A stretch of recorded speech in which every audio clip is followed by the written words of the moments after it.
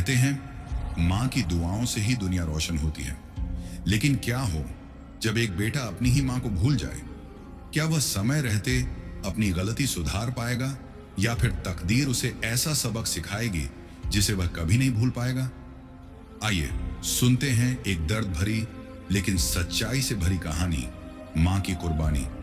बहुत समय पहले की बात है, जब लोग सादगी भरी जिंदगी जीते थे। एक बूढ़ी औरत सुल्ताना अपने इकलौते बेटे राशिद के साथ एक छोटे से तंबू में रहती थी, जो एक वीरान रेगिस्तान के बीचों बीच था। यह इलाका दिन में तपती गर्मी और रात में हाड़ कंपा देने वाली ठंड के लिए जाना जाता था। सुल्ताना ने अपने जीवन के कई साल इसी रेगिस्तान में गुजार दिए थे। उसका पति कई साल पहले इस दुनिया से चला गया था और उसके बाद उसकी पूरी दुनिया उसका बेटा राशिद ही बन गया था।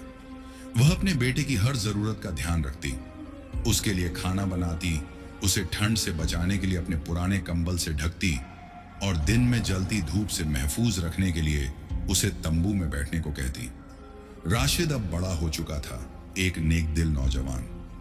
वह भेड़ बकरियों को चराने का काम करता और दिन भर इसी में व्यस्त रहता।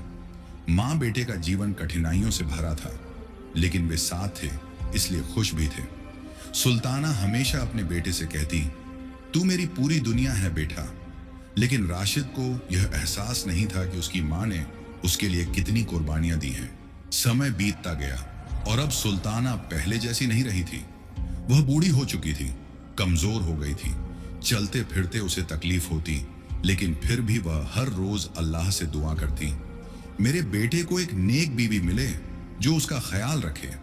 एक दिन जब राशिद आग के पास बैठकर खाना खा रहा था, सुल्ताना ने प्यार से कहा, बेटा अब तुम्हें शादी कर लेनी चाहिए। राशिद ने चौंक कर कहा, लेकिन अम्मी, मेरे पास इतना पैसा नहीं है कि मैं किसी लड़की को मेहर दे सकूं, और वैसे भी मैं बहुत व्यस्त रहता हूं। सुल्ताना मुस्कुराई और उसके सिर पर हाथ फेरते हुए बोली, फिक्र मत कर बेटा, मैं तुम्हारे लिए एक अच्छी बीवी ढूंढ लूंगी और पैसा इसमें रुकावट नहीं बनेगा। कुछ दिनों की तलाश के बाद सुल्ताना को एक लड़की के बारे में पता चला, सलीमा।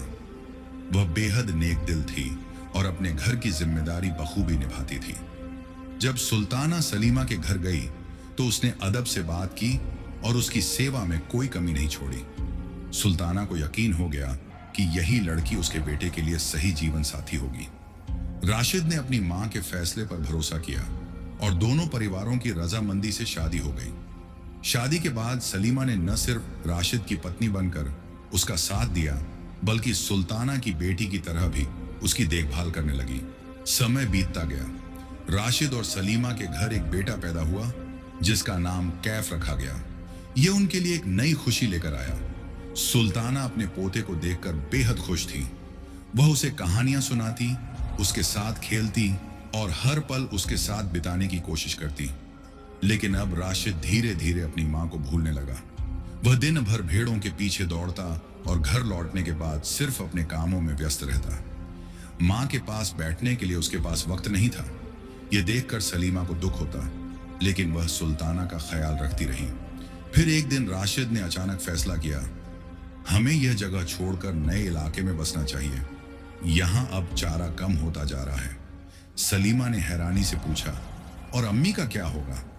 राशिद ने ठंडी सांस ली और कहा, वह यहीं रहेंगी। वह अब ज्यादा चल फिर नहीं सकती और यह जगह उनके लिए सही है।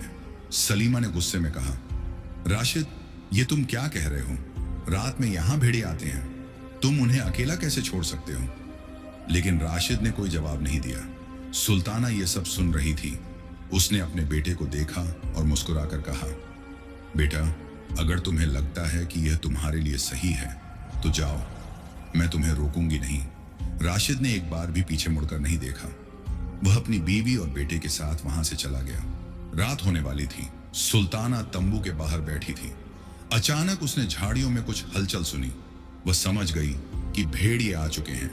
राशिद और सलीमा जब नई जगह पहुंचे तो सलीमा ने धीरे से कहा, मैंने कैफ को तुम्हारी मां के पास छोड़ दिया है। राशिद का चेहरा सफेद पड़ गया। वह चीख कर बोला, तुमने ऐसा क्यों किया?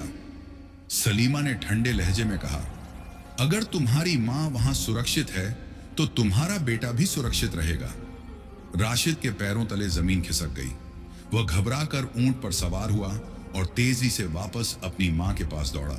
जब वह तंबू के पास पहुंचा तो वहां गहरा सन्नाटा था। उसने चारों तरफ देखा। रेत पर उसके बेटे के छोटे पैरों के निशान थे और उनके चारों तरफ भेड़ियों के पंजों के गहरे निशान। राशिद बेतहाशा निशानों के पीछे दौड़ा। थोड़ी दूर जाकर उसने जो देखा उससे उसका दिल कांप उठा। उसकी मां सुल्ताना अपने पोते को गोद में लिए 4 भेड़ियों से लड़ रही थी। भेड़िए गुर्रा रहे थे लेकिन वह डरी नहीं थी। वह अपनी आखिरी सांस तक अपने पोते की हिफाजत कर रही थी। राशिद दौड़कर आया, अपनी छड़ी से भेड़ियों को भगाया। इस संघर्ष में वह खुद घायल हो गया लेकिन आखिरकार उसने अपने बेटे और मां को बचा लिया। सुल्ताना की सांसें तेज हो रही थीं लेकिन उसके चेहरे पर शांति थी। उसने कमजोर हाथों से अपने बेटे का चेहरा सहलाया और कहा, मैं जानती थी कि तुम वापस आओगे बेटा। राशिद उसकी गोद में सिर रखकर रो पड़ा। उसने कहा, अम्मी मुझे माफ कर दो। सुल्ताना मुस्कुराई और बोली, तू मेरा बच्चा है और मां अपने बच्चों से कभी नाराज नहीं होती। राशिद ने अपनी मां को अपने कंधों पर उठाया और तंबू की ओर चल पड़ा। जब वे पहुंचे तो सलीमा दरवाजे पर खड़ी थी। उसकी आंखों में आंसू थे। उसने अपने बेटे को सीने से लगा लिया। राशिद ने अपनी मां का हाथ पकड़ा और कहा, अब मैं आपको कभी अकेला नहीं छोड़ूंगा अम्मी। उस रात उसने अपनी मां की गोद में सिर रखकर सोने का फैसला किया। अब वह जान चुका था कि मां की कुर्बानियों का कोई मोल नहीं होता। मां की दुआ से बड़ी कोई दौलत नहीं होती। उन्हें कभी मत भूलो वरना जिंदगी तुम्हें याद दिलाने पर मजबूर कर देगी। मां एक ऐसी छांव होती है जो हर दुख को खुद पर लेकर अपने बच्चों को महफूज रखती है। लेकिन अगर हम ही उन्हें भूल जाएं तो क्या हमारा जीवन कभी सुखी रह सकता है? यह कहानी हमें यही सिखाती है कि मां की कुर्बानी से बड़ी कोई चीज नहीं होती।